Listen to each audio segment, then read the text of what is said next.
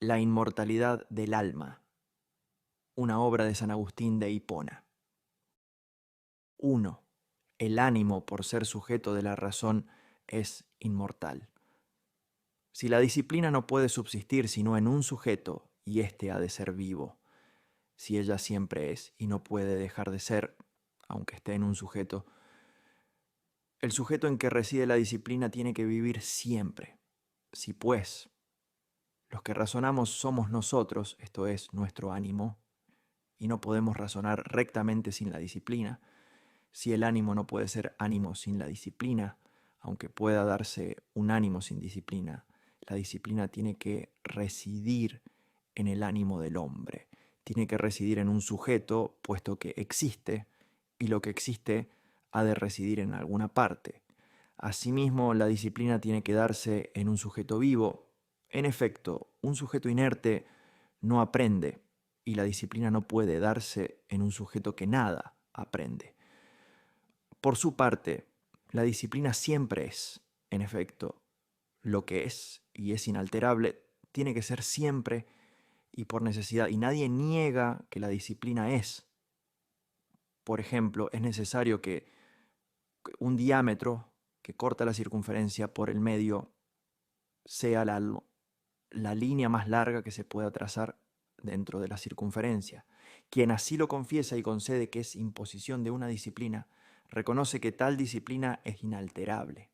Pues bien, un sujeto en el que se asienta algo que siempre es no puede dejar de ser. Si siempre es, no cabe que le sustraigan el sujeto en el que siempre es.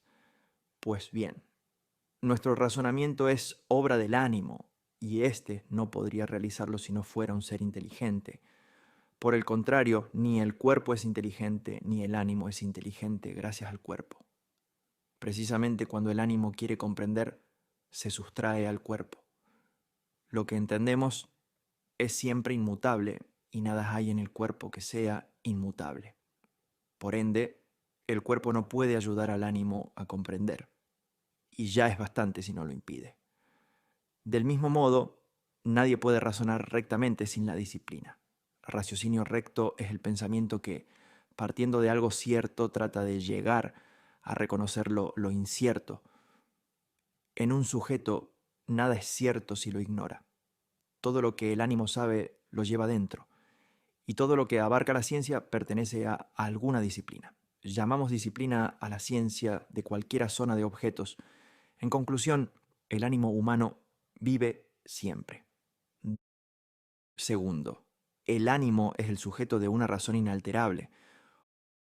O bien la razón es el ánimo mismo, o bien está en el ánimo. Mejor es nuestra razón que nuestro cuerpo, y nuestro cuerpo es ya una sustancia. Y si es mejor ser una sustancia que ser nada, nuestra razón tiene que ser algo. ¿Será el ánimo la armonía del mismo cuerpo? La armonía ha de estar necesaria e inseparablemente ligada al cuerpo como a su sujeto. Es increíble que haya en tal armonía algo que no esté necesariamente en el sujeto corporal, en que esa armonía se da inseparablemente. Pero el cuerpo humano es mudable, mientras que la razón es inmutable. Mudable es lo que no mantiene siempre el mismo modo. En cambio, una proporción, por ejemplo, 2 y 4 son 6, retiene siempre el mismo modo. La proporción 4 es igual a 2 más 2, no solo es, sino que es siempre del mismo modo. En sentido contrario, el número 2 no contiene la proporción 2 más 2. Luego 2 no son 4. La proporción es pues inalterable y por eso es en razón. Ahora bien, es imposible que al modificarse un sujeto no se modifique lo que va inseparablemente ligado a él. Luego el ánimo no puede ser una armonía del cuerpo. Luego la muerte no puede sobrevenir a las realidades inalterables. En conclusión, el ánimo vive siempre, ya sea él mismo la razón, ya vaya inseparablemente ligado a la razón. 3. No hay consecuencia de la mutabilidad al aniquilamiento del ánimo. La constancia tiene su propia energía. Toda constancia es inalterable, y toda energía puede producir algo y su potencia se mantiene aunque de hecho no lo produzca. Por su parte, toda acción o mueve o es movida, pues bien, o no todo lo que es movido es mudable, o bien no todo lo que mueve es mudable con mayor razón. Solo es mortal aquello que es movido por otro y no se mueve a sí mismo, y todo lo que es mortal es mudable. Así, con certidumbre y sin alternativa, se concluye que no todo lo que mueve es mudable. Asimismo, no hay movimiento sin sustancia, y toda sustancia es viva o inerte. Pues bien, todo lo que no vive es exánime, y sin animación no hay movimiento. Luego lo que mueve y no es movido tiene que ser sustancia viva. Esta es la que, según diversos grados, mueve los cuerpos. Por consiguiente, no todo lo que mueve los cuerpos es mudable. Los cuerpos no son movidos sino en el tiempo, y así hablamos de movimientos rápidos o lentos. Luego hay algo que se mueve en el tiempo, pero sin sufrir modificación. Lo que mueve los cuerpos según la ley temporal, aunque hacia la unidad de fin, no puede producirlo todo a la vez y va necesariamente al pluralismo. Por eso, aunque el cuerpo sea movido por la energía una, no puede lograr la unidad perfecta, pues se divide en partes. No hay cuerpo sin partes, ni tiempo, sin intervalos e instantes, ni siquiera puede pronunciarse una sílaba tan rápida que no se oiga el fin cuando ya ha pasado el principio. Es, pues, necesaria la expectación hasta que todo pase, y es necesaria la memoria para abarcar el todo. Hay expectación de lo venidero y memoria de lo pasado, y en cuanto al presente se da la atención activa. Por este presente el futuro va hacia el pasado, y gracias a la memoria expresa el fin de un movimiento corporal ya iniciado. ¿Cómo podríamos esperar que se termine aquello cuyo comienzo hemos olvidado? ¿O cómo podemos seguir su continuación? Tal atención activa en el presente no puede darse sin la expectación del fin que ha de llegar. Pues bien, lo que todavía no es o lo que ya no es, en realidad no es. Por eso, al obrar, puede darse algo que pertenece a cosas que aún no han llegado. Puede darse, pues, en el agente una pluralidad simultánea. Aunque las cosas ejecutadas no puedan darse simultáneamente, puede darse en el motor esa pluralidad, aunque no pueda darse en las cosas movidas. Así son necesariamente mudables todas esas cosas, ¿no? Que no se dan juntas en el tiempo, sino que van pasando del futuro al pasado. Colegimos que puede haber una energía que mueve las cosas mudables sin sufrir alteración y sin modificar su atención.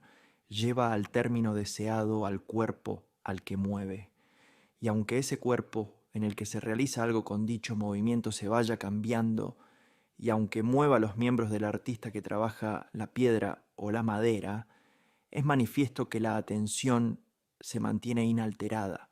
¿Quién duda, pues, de la consecuencia de lo que llevamos dicho entonces, cuando el movimiento de los cuerpos es causado por la energía del ánimo, aunque atienda al movimiento, no se sigue que la atención del ánimo sufra modificación? Por lo mismo, no se sigue que pueda perecer. Además, hemos dicho que tal atención implica memoria del pasado y expectación del futuro, y eso no puede darse sin la vida. ¿Acaso podrá producirse el aniquilamiento sin mutación o mutación sin movimiento? Aparte de que no toda mutación lleva al aniquilamiento, ni todo movimiento produce mutación. Por ejemplo, nuestro cuerpo es 1000 veces movido por agentes externos y desde luego por la edad. Sin embargo, no ha sido anonadado, esto es, no ha sido privado de la vida. Podemos pensar, pues, que no hay necesidad alguna de que el ánimo sea privado de la vida, aunque quizá en virtud del movimiento se produzca en él alguna modificación. Cuarto, el arte y la razón son inmutables e inseparables del ánimo vivo. Si hay en el ánimo algo inalterable y eso no puede darse sin la vida del ánimo ha de ser necesariamente eterna. Si se da lo primero, se sigue lo segundo. Ahora bien, lo primero se da. Por ejemplo, dando de lado a otras cosas. ¿Quién osará decir que la proporción de los números es mudable? ¿O que el arte no se funda en esa razón? ¿O que el arte no reside en el artista, aunque no la ejerza? ¿O que reside en él, pero no en el ánimo? ¿O que puede darse donde no hay vida? ¿O que puede desaparecer lo que es inalterable, ¿no? O finalmente que una cosa es el arte y otra la razón. A veces decimos que el arte es un conjunto de muchas razones, pero entendemos que todas ellas pueden reducirse a una sola. Pero ya desdoblemos las razones, ya las reduzcamos a una sola. Concluimos de todos modos que el arte es inmutable. El arte está en el ánimo del artista y es evidente que no puede residir en otra parte y que esa unión es inseparable. En efecto, si el arte se separase del ánimo, o se daría fuera del ánimo, o no se daría en absoluto. Pasaría continuamente de un ánimo a otro. Pero así como el arte no puede darse fuera de la vida, así tampoco se da la vida racional, sino en un alma. Lo que existe necesita su propio lugar y lo que es inalterable no puede perder su ser. Si el arte tuviese que vagar de un ánimo a otro, abandonando a un sujeto para entrar en otro, quien enseña a otro un arte tendría que perderlo. El discípulo aprendería a costa del olvido o de la desaparición del que le enseñe. Y si eso es totalmente absurdo y falso, ¿cómo lo es? El ánimo humano es inmortal. Aunque el arte a veces se da y a veces no se da en el ánimo, como consta en el olvido y en la ignorancia, tal alternativa nada prueba contra su inmortalidad, a no ser que, se niegue el antecedente de este modo. En el ánimo late algo que no aparece en el pensamiento. En el ánimo del músico no hay arte musical cuando piensa en la geometría. Y puesto que esta segunda parte es falsa, la primera es verdadera. El ánimo no siente la presencia de algo, sino cuando aparece ante su pensamiento. Puede, pues, latir en el ánimo algo que el mismo ánimo no siente. Y aquí no interesa el problema del tiempo que eso dure. Si bien, cuando el ánimo se ocupa en otros asuntos durante largo tiempo y no renueva su atención a su arte habitual, hablamos de olvido e ignorancia.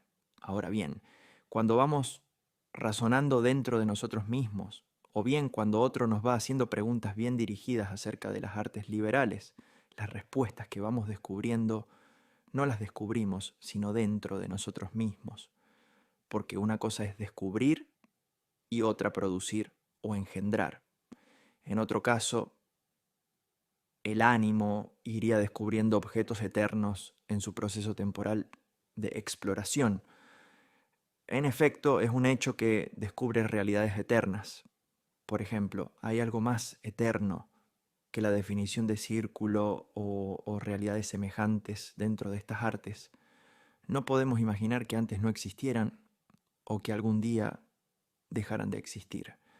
Luego, manifiestamente, el ánimo humano es inmortal. Todas las razones verdaderas se guardan en sus archivos, aunque por la ignorancia y el olvido parezca que no están presentes o que se han desvanecido. 5. El ánimo es mudable, pero no puede dejar de ser ánimo. Veamos ahora cómo han de entenderse las modificaciones del ánimo.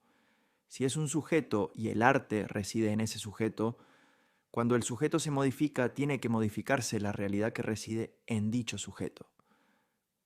Pues, ¿cómo podremos decir que el arte y la razón son inalterables si es mudable este ánimo en que residen, según hemos visto?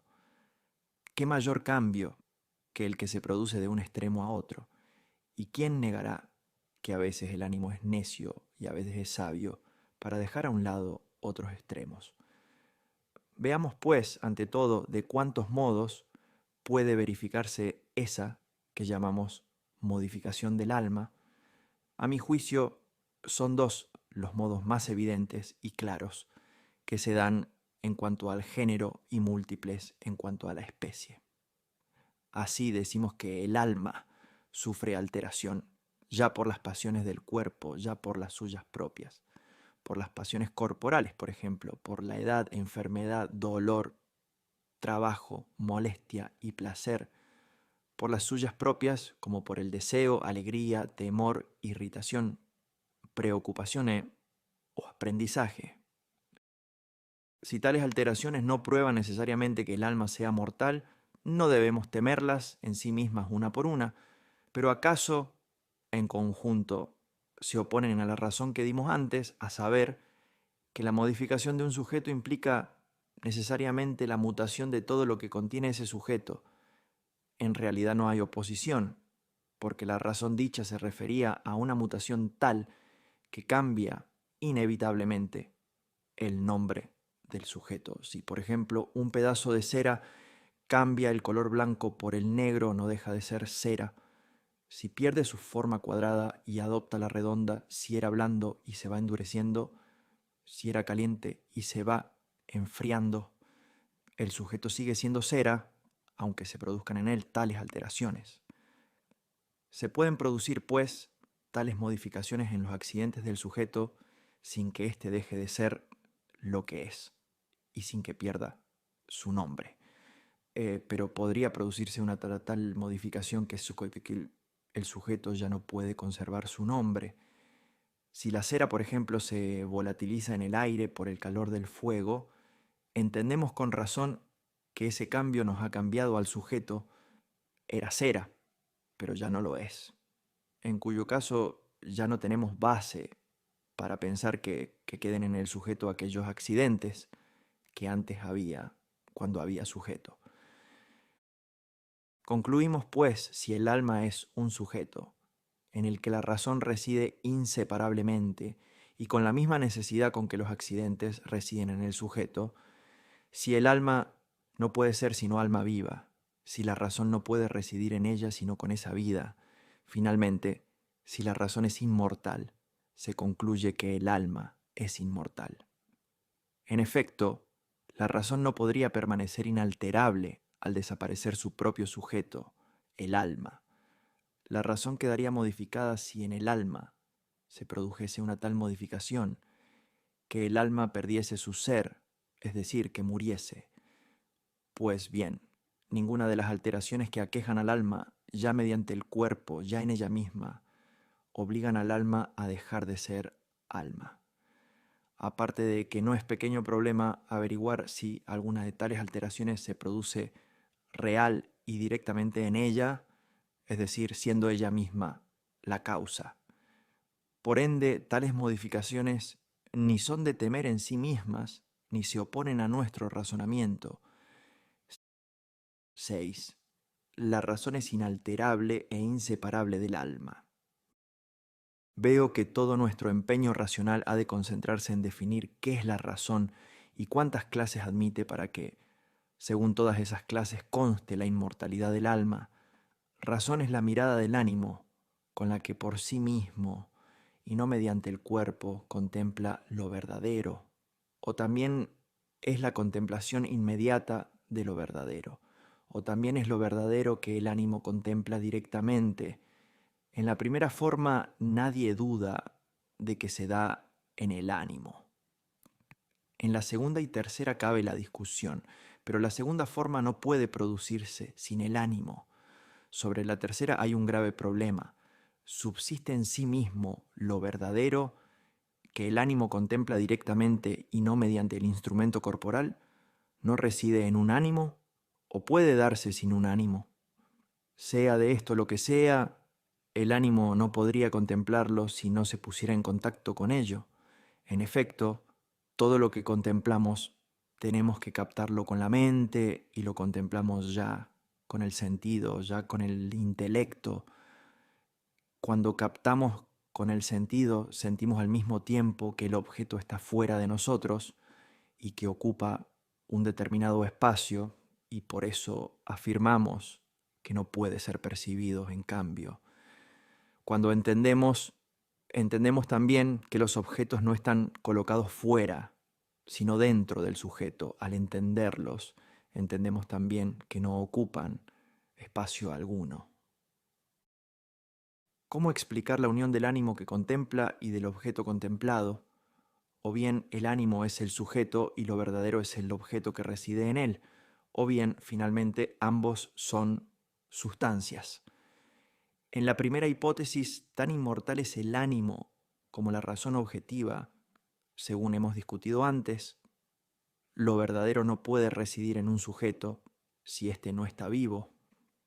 La misma necesidad se produce en la segunda hipótesis. En efecto, si lo verdadero, que llamamos razón objetiva, nada tiene de mudable, como parece, no podrá tampoco modificarse lo que reside en él, como en su sujeto. Solo cabe, pues, discutir la tercera hipótesis, si el ánimo es una sustancia y se une a la razón objetiva, que es otra sustancia. Podríamos pensar en la posibilidad de que esa razón objetiva continúe subsistiendo, mientras el ánimo deja de existir.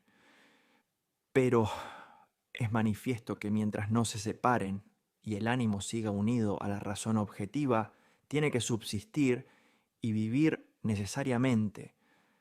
¿Pero qué fuerza podría separarlos? ¿Acaso una energía corpórea, que es más débil por su potencia, inferior por su origen y de orden diferente? De ningún modo. ¿O acaso una energía animal? Pero, ¿en qué modo? ¿Sería un espíritu más potente que no puede contemplar a la razón si no separa de ella al otro ánimo? Número. La razón no defrauda a ningún contemplador, aunque todos la contemplen a la vez. Además, nada hay más poderoso ni más inmutable que la razón. Por lo mismo, un ánimo que aún no estuviera unido a ella nunca sería más poderoso que el que ya está unido a ella.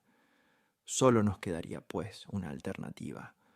O bien la razón misma se separa del ánimo, o bien el ánimo se separa espontáneamente de ella.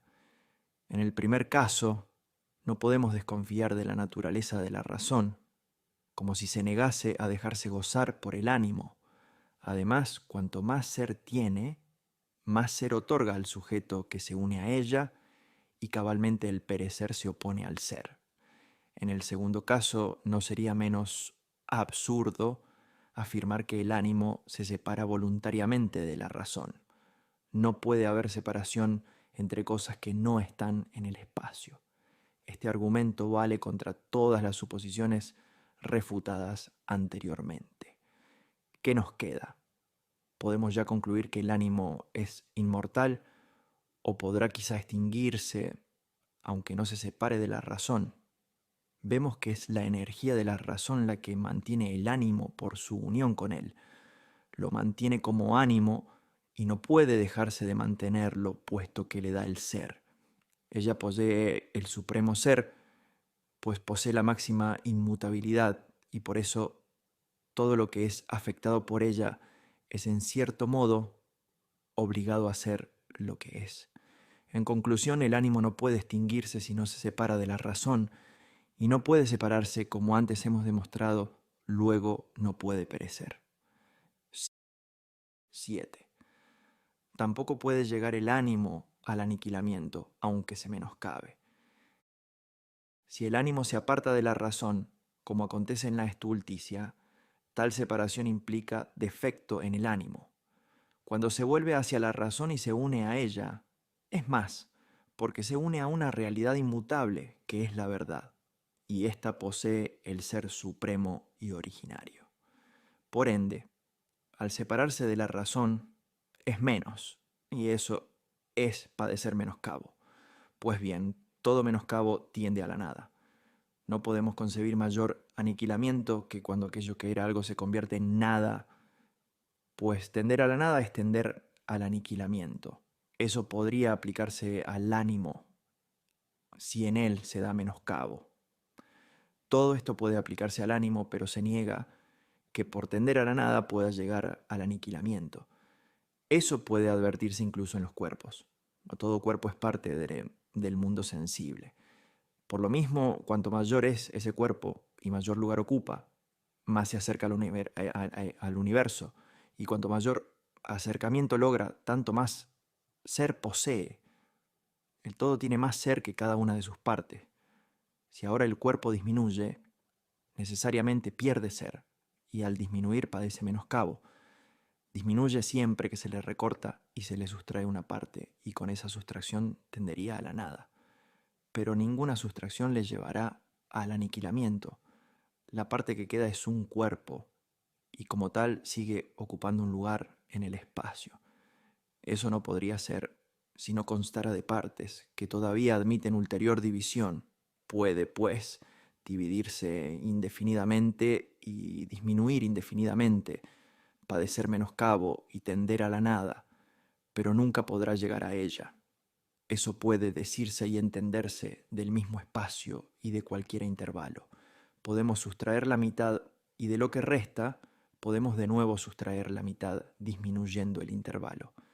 Así caminamos hacia un término, pero ese término nunca se puede alcanzar en modo alguno, pues mucho menos habremos de temer ese aniquilamiento en el ánimo. Sin duda es mejor y más vivo que el cuerpo, pues le da el ser y la vida. 8. No puede faltar al ser el principio por el que es lo que es. Supongamos que lo que constituye los cuerpos no es la cuantidad, sino la forma. Aprobamos esa tesis con una razón irrefutable.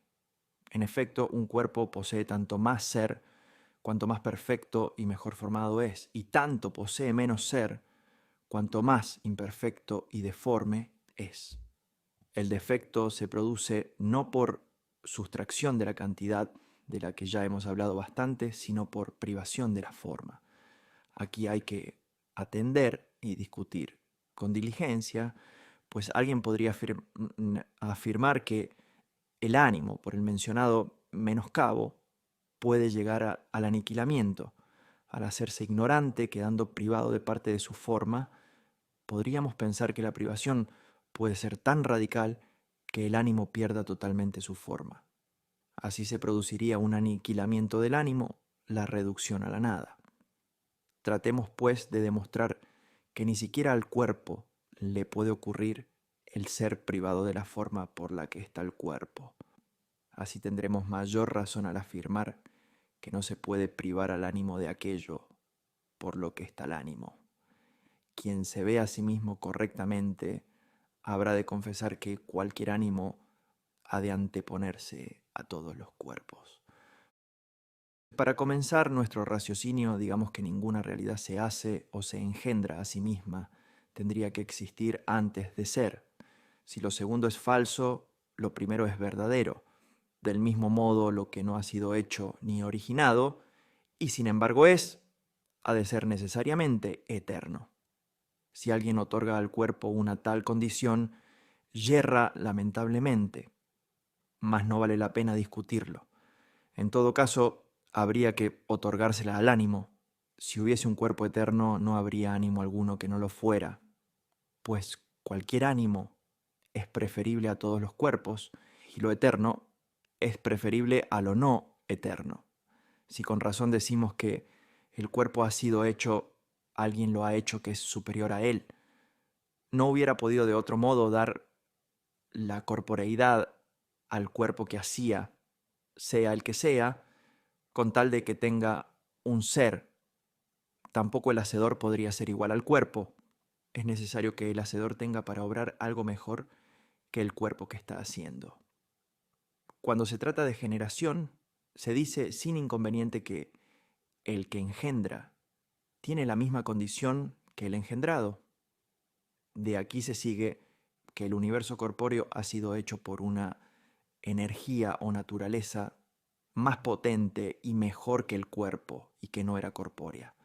Porque si quien hizo el cuerpo era también un cuerpo, el universo no pudo ser hecho.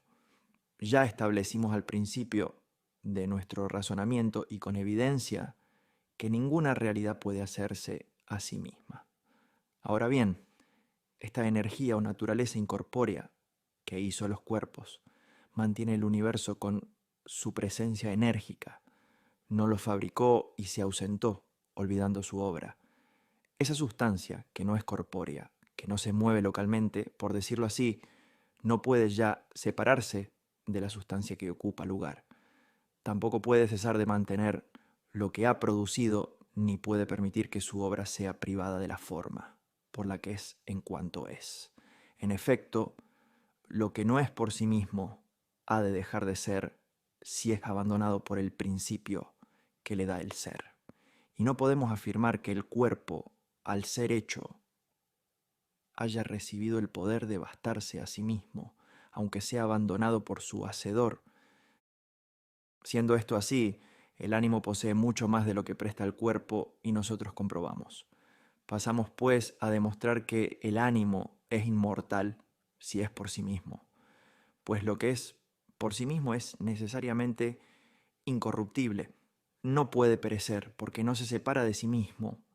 La mutabilidad de los cuerpos salta a la vista como aparece en el movimiento del universo corpóreo. Los que con diligencia observan lo que nos permite la condición de este universo descubren que los cuerpos se mueven dentro de una mutabilidad ordenada. En cambio, lo que es por sí mismo no tiene necesidad de movimiento alguno, pues en todo se basta ya a sí mismo. Moverse es buscar algo de que carece lo que se mueve. El universo corpóreo tiene, pues, una forma, porque otra naturaleza superior se la confiere y mantiene lo que hizo. Por eso la mutabilidad no retira al cuerpo la corporeidad, sino que lo hace pasar de una forma a otra con un movimiento perfectamente ordenado. Ninguna de sus partes es degradada hasta llegar al aniquilamiento. Todo lo mantiene esa energía productora que no se fatiga ni desmaya, que da el ser a todo lo que gracias a ella tiene ser, y en cuanto tiene ser, estará loco quien pierda la certidumbre de que el ánimo es mejor que el cuerpo, o quien conceda eso, pero crea que mientras el cuerpo no puede llegar al aniquilamiento total, puede el ánimo llegar a no ser ánimo. Y pues eso es imposible. El ánimo no puede ser ánimo sin ser vivo y por ende es inmortal. 9. Si el ánimo es vida, nunca podrá perderla. Quizás alguno afirme que el ánimo nada puede temer de esa destrucción, que consiste en dejar de ser, pero ha de temer esa otra destrucción, por la que llamamos muerto a lo que carece de vida. Pero ha de advertir que ninguna realidad carece de sí misma. El ánimo es ya una cierta vida. Ahora bien, todo lo que es animado vive, y todo lo que es inanimado, pero admite animación, se llama muerto, esto es, privado de la vida. Luego el ánimo no puede morir, ya que si pudiera carecer de vida, no sería un ánimo sino un objeto animado. Si eso es absurdo, no hemos de temer que sobrevenga al ánimo esa destrucción, que no puede sobrevenir a la vida. El ánimo moriría si fuera abandonado por esa vida. Pero entonces esa vida que abandona al ánimo sería mucho mejor. Un objeto que es abandonado por la vida ya no sería ánimo. El ánimo es la vida que abandona al objeto.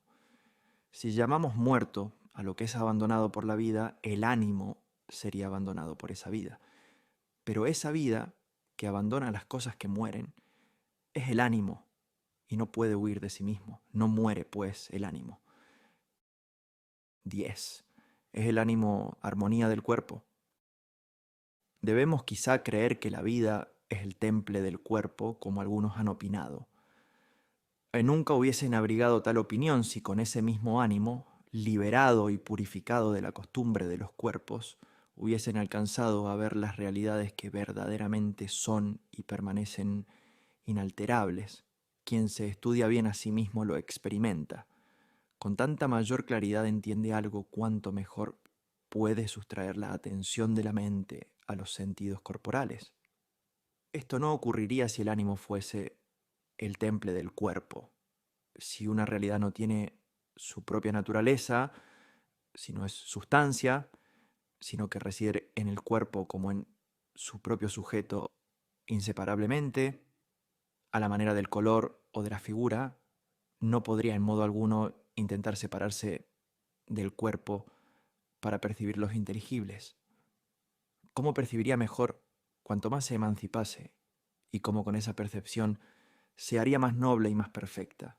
la figura, el color o ese mismo temple del cuerpo, que es mezcla de los 4 elementos de que consta el cuerpo, no pueden separarse del sujeto en que inseparablemente están. Ahora bien, esas realidades que el ánimo entiende, cuando se sustrae al cuerpo, no son corporales, y sin embargo son y poseen el supremo ser, pues siempre se mantienen en el mismo modo. No cabe mayor absurdo que otorgar el ser a lo que vemos con los ojos y negárselo a lo que contemplamos con la inteligencia. Solo un loco dudaría de que la inteligencia ha de anteponerse incomparablemente a los ojos. Pues bien, cuando el ánimo contempla esas realidades inteligibles e inalterables, muestra bien que está unido a ellas de un modo extraordinario e incorpóreo, esto es, no local. Diremos entonces que o bien los inteligibles están en el ánimo, o éste está en ellos, y en ambos casos, o bien una realidad está en la otra como en su sujeto propio, o bien ambas son sustancias independientes.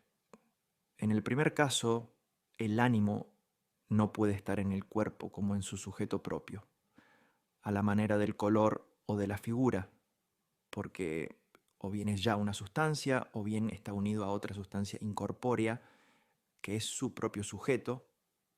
En el segundo caso, tampoco está el ánimo en el cuerpo como en su propio sujeto, como el color, pues es ya una sustancia independiente. Ahora bien, el temple del cuerpo está en este como en su sujeto propio, al modo del color.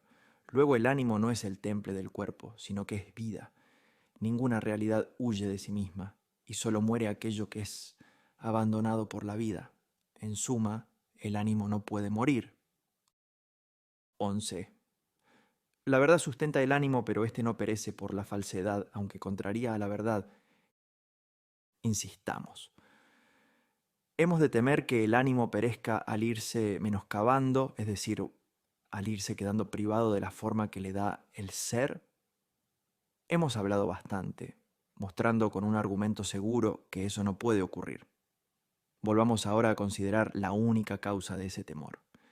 Hay que confesar que el ánimo llega a ser necio por deficiencia o sabio por certidumbre y plenitud.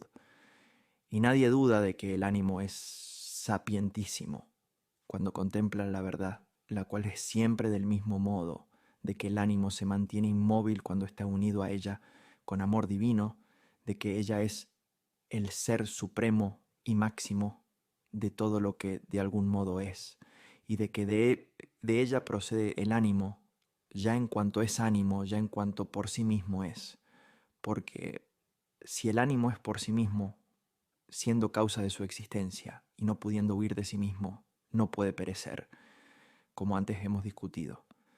Y si procede de la verdad, habrá que averiguar con diligencia qué realidad contraria a la verdad puede haber que arrebate al ánimo lo que ella le da. ¿Cuál podría ser? ¿Acaso la falsedad?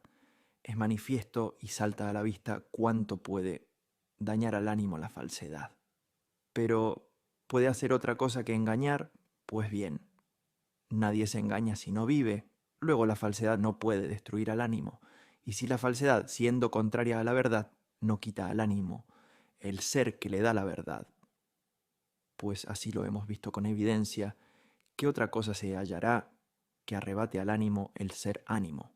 Nada en absoluto, nada hay que sea más poderoso que su contrario, de modo que quite lo que ese contrario funda.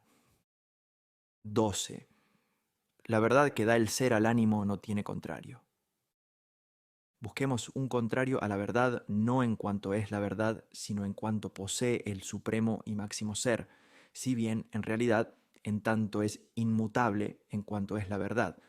En efecto, llamamos verdad al valor por el que todas las cosas son verdaderas en su ser y en tanto son en cuanto son verdaderas. Mas no pienso renunciar a un argumento que me es favorable. Si ninguna existencia, en cuanto existencia, tiene un contrario, mucho menos admitirá contrario a aquella primera existencia que se llama verdad en cuanto es existencia. El antecedente es verdadero, en efecto, una existencia, es existencia, porque existe. En este sentido, nada hay contrario al ser, sino el no ser. Luego, nada existe contrario a la existencia. Por ende, es imposible hallar una realidad que sea contraria a la sustancia que posee el ser máximo y originario. El ánimo recibe de ella su ser, no lo tiene de sí mismo y ha de recibirlo de una realidad superior y no puede recibirlo de otra parte. Luego, no hay cosa alguna que arrebate al ánimo el ser, pues ninguna cosa es contraria a la verdad que otorga ese ser. Luego, el ánimo nunca dejará de ser. Y pues obtiene la sabiduría por conversión hacia el principio de su ser, puede perderlo por aversión, ya que conversión y aversión se oponen. Luego, el ser que el ánimo recibe de un principio que no admite realidad contraria no puede ser arrebatado por causa alguna. Por ende, el ánimo no puede perecer. 13. El ánimo no puede convertirse en un cuerpo. Quizás surja aquí un problema.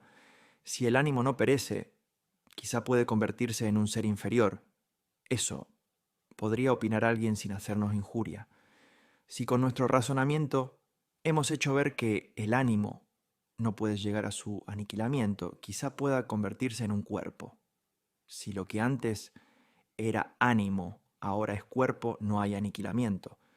Pero eso solo podría ocurrir o bien por la propia voluntad del ánimo o bien por violencia ajena. En ninguno de los dos casos se sigue inmediatamente una degradación corpórea. Si se diese el hecho, aceptaríamos la alternativa, pues la conversión corporal se debería a la espontaneidad del ánimo o a la violencia ajena.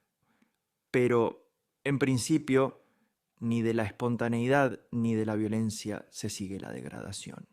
El ánimo nunca aceptará espontáneamente ese cambio. Todo su apetito en relación con el cuerpo es o bien para poseerlo, o bien para vivificarlo, o bien para construirlo, o bien para gobernarlo de algún modo. No, nada de eso sería posible si el ánimo no fuese mejor que el cuerpo. Pero si fuese cuerpo, ya no sería mejor que el cuerpo, luego nunca querrá ser cuerpo. Sobre este punto no hay mejor argumento que el del mismo ánimo cuando se interroga a sí mismo. En efecto, comprueba con facilidad que su apetito se dirige a actuar, saber, sentir o simplemente vivir en cuanto eso le es posible. Si fuese otro quien le obliga a ser cuerpo, ¿quién podría obligarle? Sin duda sería alguien superior. Por ende, no puede ser el mismo cuerpo. No hay cuerpo alguno que sea más poderoso que un ánimo cualquiera. Pero un ánimo, aunque sea más potente, solo tiene poder en cuanto lo permiten las apetencias del ánimo subordinado.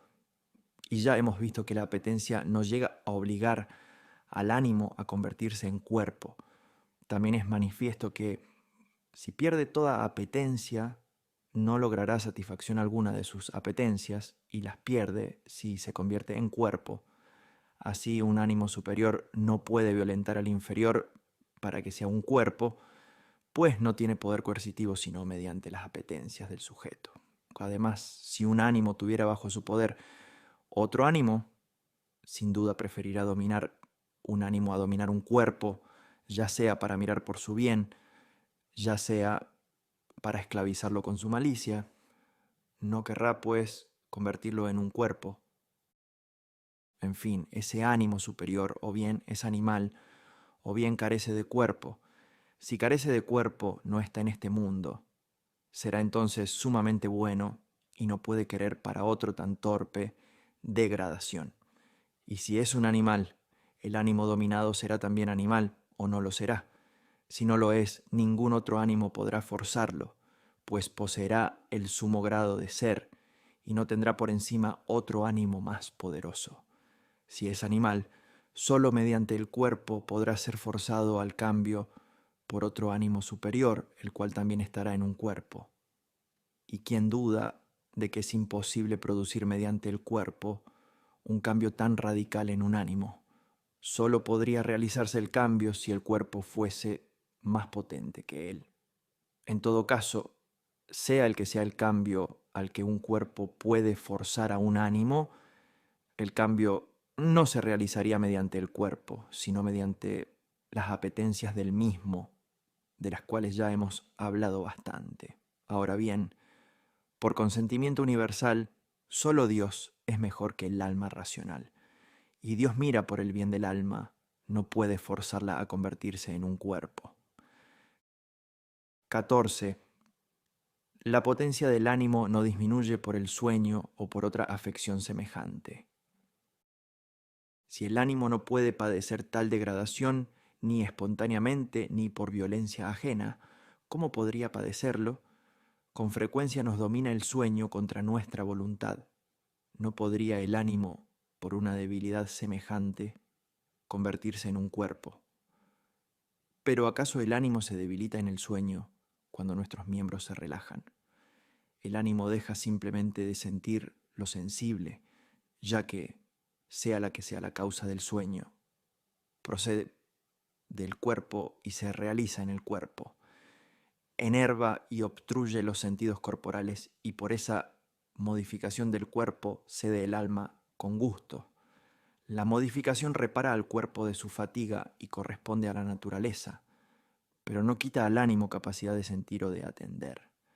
Se le presentan las imágenes de las cosas sensibles con tal viveza de expresión y de semejanza que de momento no pueden distinguirse de las cosas reales que representan. Y si el ánimo entiende algo, tan verdadero es eso para el dormido como para el despierto. Si, por ejemplo, durante el sueño cree estar disputando y siguiendo un razonamiento verdadero, descubre algo. Al despertar esas razones permanecen inalterables y eso, aunque todo lo demás sea falso, por ejemplo, el lugar, la misma discusión, la persona con quien discutía, los mismos términos con que se discutía, que pertenecen al sonido y otras circunstancias semejantes. Los despiertos sienten también y son agitados por esas mismas cosas mediante los sentidos, pero las cosas pasan y en ningún aspecto logran la eterna presencia de las razones verdaderas, de donde se desprende que con una modificación tal como la que se produce en el sueño puede disminuir para el alma el uso del mismo cuerpo, pero no la potencia propia. 15. Insiste en el mismo tema. El alma no se une localmente al cuerpo, aunque éste ocupe lugar. Por eso, el alma es afectada antes que el cuerpo por aquellas supremas y eternas razones que permanecen inalterables y no ocupan lugar alguno. Y no solo es afectada antes, sino también con mayor intensidad. Antes, porque las razones están más cercanas y más intensamente, por la misma razón y porque el ánimo es superior al cuerpo. Esa proximidad no es espacial, pero sí natural. Según el orden natural, el Ser Supremo da la forma al cuerpo por medio del alma, y por esa forma el cuerpo es lo que es. Por ende, el cuerpo subsiste por el alma, en cuanto es animado, ya universalmente como el mundo, ya particularmente como los animales dentro del mundo. Es lógico que si el alma se convierte en cuerpo, tendría que ser mediante el alma, pues de otro modo sería imposible. Pero tampoco eso ocurre. En efecto, mientras el alma se mantenga en su ser de alma, el cuerpo subsiste por ella, pues le da y no le quita la forma. Pero entonces no puede el alma convertirse en cuerpo. Si no da al cuerpo la forma que recibe del sumo bien, no se forma en absoluto o el cuerpo recibe la forma inmediatamente, como el alma. Pero el cuerpo es un cuerpo, y si recibiese la forma inmediatamente sería lo mismo que el alma. Por esa diferencia, el alma es mejor que el cuerpo, porque es más próxima y la proximidad sería la misma si no hubiese mediación del alma para el cuerpo. No vemos que haya nada entre la suma vida, que es la sabiduría y verdad inmutables, y ese último peldaño de la vivificación, que es el cuerpo, sino el alma vivificante. Si pues el alma da al cuerpo la forma para que sea el cuerpo que es, no le quita la forma al dársela. Si la quitaría si convirtiese un alma en un cuerpo. Luego el alma no se convierte en cuerpo por sí misma. Mediante ella recibe su ser el cuerpo, pero ella permanece alma, ni tampoco es degradada por otra alma, ya que el cuerpo recibe del alma el ser al recibir la forma. Si el alma se convirtiese en cuerpo, sería perdiendo su forma. 16. El alma racional no puede convertirse en irracional, está en todo el cuerpo y en cada parte de él, pues él. Esto puede aplicarse también a la vida irracional, pues tampoco puede convertirse en ella el alma racional. También aquella recibiría la forma inmediatamente para ser lo que es, si no estuviese mediatizada por el alma racional, ya que es de orden inferior. Los seres superiores toman la forma que reciben de la suprema hermosura y la transmiten a los inferiores según el orden natural, y al transmitirla no la sustraen. Los seres inferiores, en tanto, son, en cuanto reciben de los superiores, la forma por la que son. Así, los seres son más eficaces porque son mejores. Eso es propio de su condición. No son más eficaces por su mole que los de volumen menor, sin volumen alguno de magnitud local. Por su misma forma, son tanto más eficaces cuanto son mejores. Por razón del orden, el alma es mejor y más eficaz que el cuerpo. Si el cuerpo subsiste por ella, como hemos dicho, ella no puede en modo alguno convertirse en cuerpo. Ningún cuerpo se organiza sino recibiendo la forma por medio del alma. Por eso, para que un alma se convirtiera en cuerpo, tendría que perder su forma, no recibirla. Pero eso no puede ocurrir a no ser que el alma ocupase espacio y se uniera al cuerpo espacialmente. Si así fuese, quizá un volumen mayor y mejor formado pudiera convertirla a su forma inferior, como un aire fuerte puede transformar un pequeño fuego, pero eso no se da. En efecto, un volumen ocupa lugar y no está todo en cada parte, sino en el conjunto. Una parte ocupa un lugar y otra otro lugar diferente. En cambio, el alma no solo está en todo el volumen de su cuerpo, sino que está entera en cada partícula del mismo. Toda entera siente un dolor en una determinada parte del cuerpo y no en todo el cuerpo. Si nos produce dolor algo en un pie, lo examina el ojo, lo publica la lengua, lo retira la mano. Eso no ocurriría si el alma no sintiera en el pie, cumpliendo su función en cada parte, y no sentiría lo que ocurre si estuviese ausente. No se trata de creer a un mensajero que le cuenta lo que ha sucedido sin que ella lo haya sentido. Diríamos que la pasión sufrida corre a lo largo de la extensión, despertando la conciencia de otras partes del alma que ocupan otro lugar. Número. En realidad, toda el alma siente lo ocurrido en la partícula del pie y solo lo siente allí donde se produce. Toda ella está, pues, presente en cada parte al mismo tiempo, pues toda ella siente al mismo tiempo en cada parte, y no está allí toda ella, a la manera que la blancura u otras cualidades semejantes que se dan en cada parte del cuerpo. Porque en este caso, el cuerpo padece la modificación de la blancura en una parte, pero puede no darse la blancura en otra parte distinta. Vemos pues que la blancura se diferencia según los sectores o extensiones que están distantes entre sí.